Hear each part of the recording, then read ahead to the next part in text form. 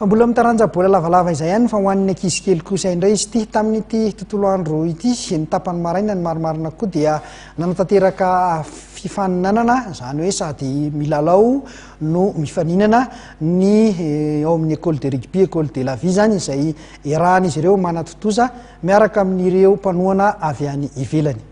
Androandroany ity moa zany dia andro natokan'ny fédération malagasy ny rugby ho an'ireo ankizy kely anatin'ny école de rugby.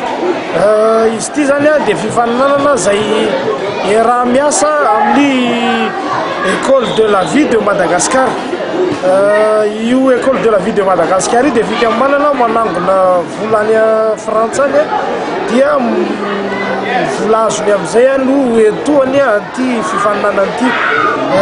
Mpandray anjara eto zany dia 30 isan'ny centre misy 7 avy ato amin'ny école de la vie école de rugby école de la vie eto Madagascar dia misy ray ho an'ny EDO enfant de l'Oval, ray ho an'ny Pachamama ary ray ho an'ny 15 sympathique. Zay zany mpandray anjara. Izy io dia catégorie rehetra menga avy any amin'ny poussin ka hatrany amin'ny cadet. Tanjona amin'izy ity moa araky ny politika ny fédération zany ny tanjona ho apetraky ny fédération dia ny ezana ny ampitombona isan'ireo ankizy kely ka anisan'ny tanjona anankiray zany ampitombona isan'ny ankizy ny fampilalaovana azy.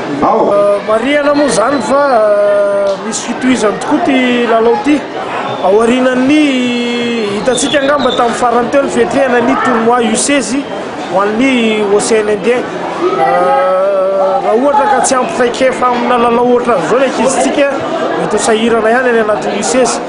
Anisan'izany zany ny zao antony zavatra atao zao.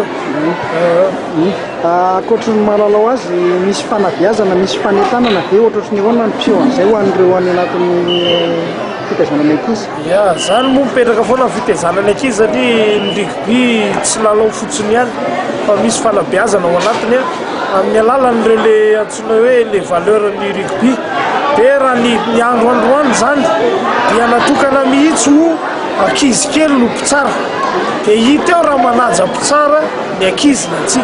Zay zany ny anisan'ny zava-dehibe anankiray vaovao vao nampidirina tamin'ity tournoi na école de rugby ity.